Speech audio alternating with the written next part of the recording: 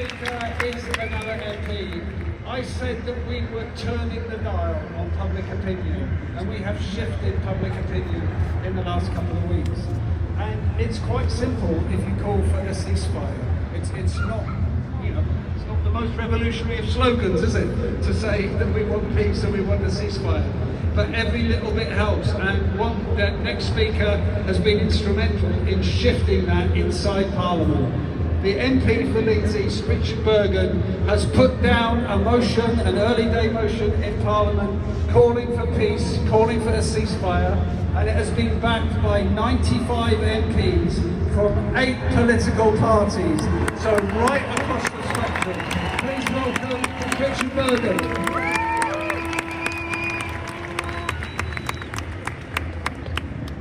I'm here today with one clear message for our government. Help stop the bombs. Help save lives. Call for a ceasefire now.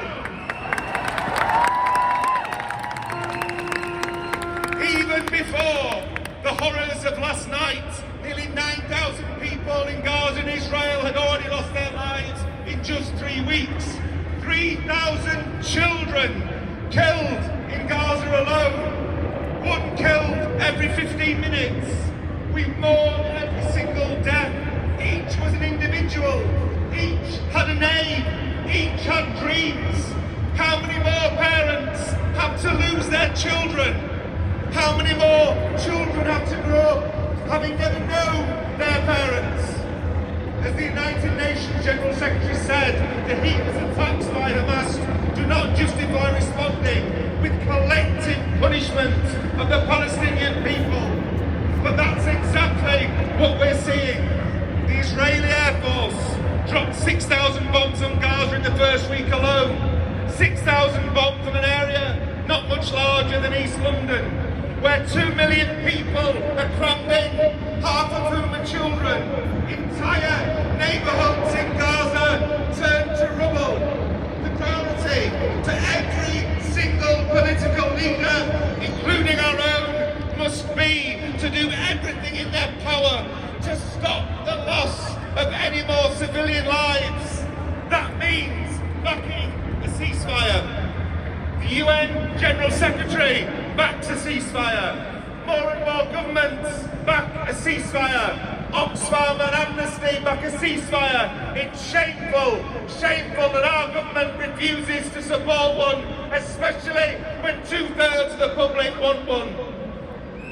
A ceasefire would save thousands of civilian lives, would help in ensuring the safe release of the Israeli hostages, would allow in the scale of aid needed in Gaza to address the nightmare that people are living through and dying in there. And what is the alternative? The alternative is thousands more deaths, even deeper human suffering, more war crimes, even the risk of a wider regional war. So it falls to every one of us to get our government to do the right thing, to get it to use every diplomatic avenue possible, to talk to governments of all persuasions, to secure a negotiated ceasefire, one binding on all parties to bring an end to this crisis. That's why I launched a parliamentary motion for a ceasefire backed by 95 MPs. And I promise you today, when Parliament returns in 10 days, we will build an even bigger campaign in there for this.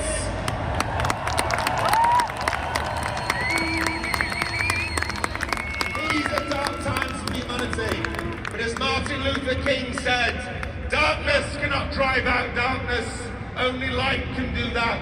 So to our political leaders, I say, be that light, make a stand for life, work to secure that ceasefire, and then work so that instead of more bloodshed, suffering and occupation, we secure the viable Palestinian state alongside Israel that's needed for a just and lasting peace across the whole Middle East. Let our cry for a ceasefire ring from here around the world. Let's keep going for an end to war and for justice. Justice for the Palestinian people. Cease Ceasefire now! Ceasefire now! Ceasefire now! Ceasefire now! Ceasefire now! Ceasefire now! Ceasefire now! Ceasefire now! Ceasefire now! Ceasefire now! Ceasefire now! Our next speaker is another MP who's been a really strong voice in Parliament, demanding exactly what we're all here today to demand, which is a ceasefire now. Please welcome to the stage the MP for Hackney North and Stoke Newington, and the first black woman to be elected to British Parliament. Make some noise for Diana!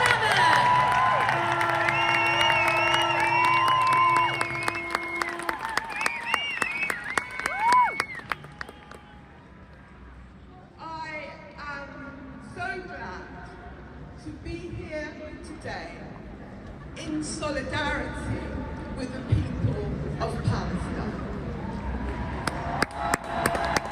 And as we meet, the Israelis are bombing Gaza the hardest they have ever done.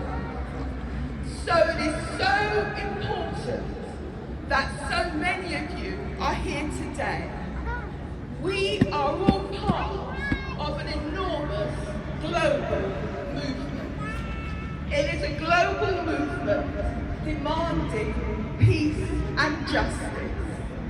The old slogan really is true: no justice, no peace. And this is a movement of the global majority. The United Nations last night voted for a ceasefire. But this country, sadly, has a government which is part of the global minority. The British government supports the siege, supports the blanket bombing, and opposes peace.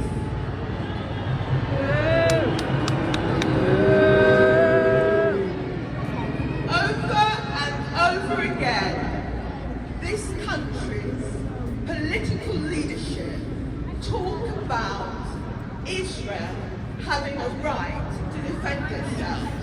And I have to sit in Parliament and listen to that. Of course, like any sovereign country, Israel would have a right to defend itself. But what is really happening? Israelis are bombing sites which should be protected, like hospitals. So doctors are operating on the floor. They are having to amputate limbs without anaesthetic. Babies are being disconnected from their incubators. Is that self-defense? Overall, more than 7,000 Palestinian civilians have been killed in the past 3 weeks. Is that self-defense? No! And earlier this week, Gazans were told to move south because they'd be safer. But the south is still being bombed. And now the Israelis are saying that anybody left in the north will be deemed a terrorist accomplice. Is that self-defense? No! Or is it an excuse for the unimaginable Palestinian casualties there will be when this is all over? So our leaders do not speak for the vast majority of the people in this country. They do not speak in our name. We demand a ceasefire on all sides. We demand an end to the bombing, and we demand an end to the slaughter. That is the will of the British people. And we come together as Muslims, Jews, Christians, people.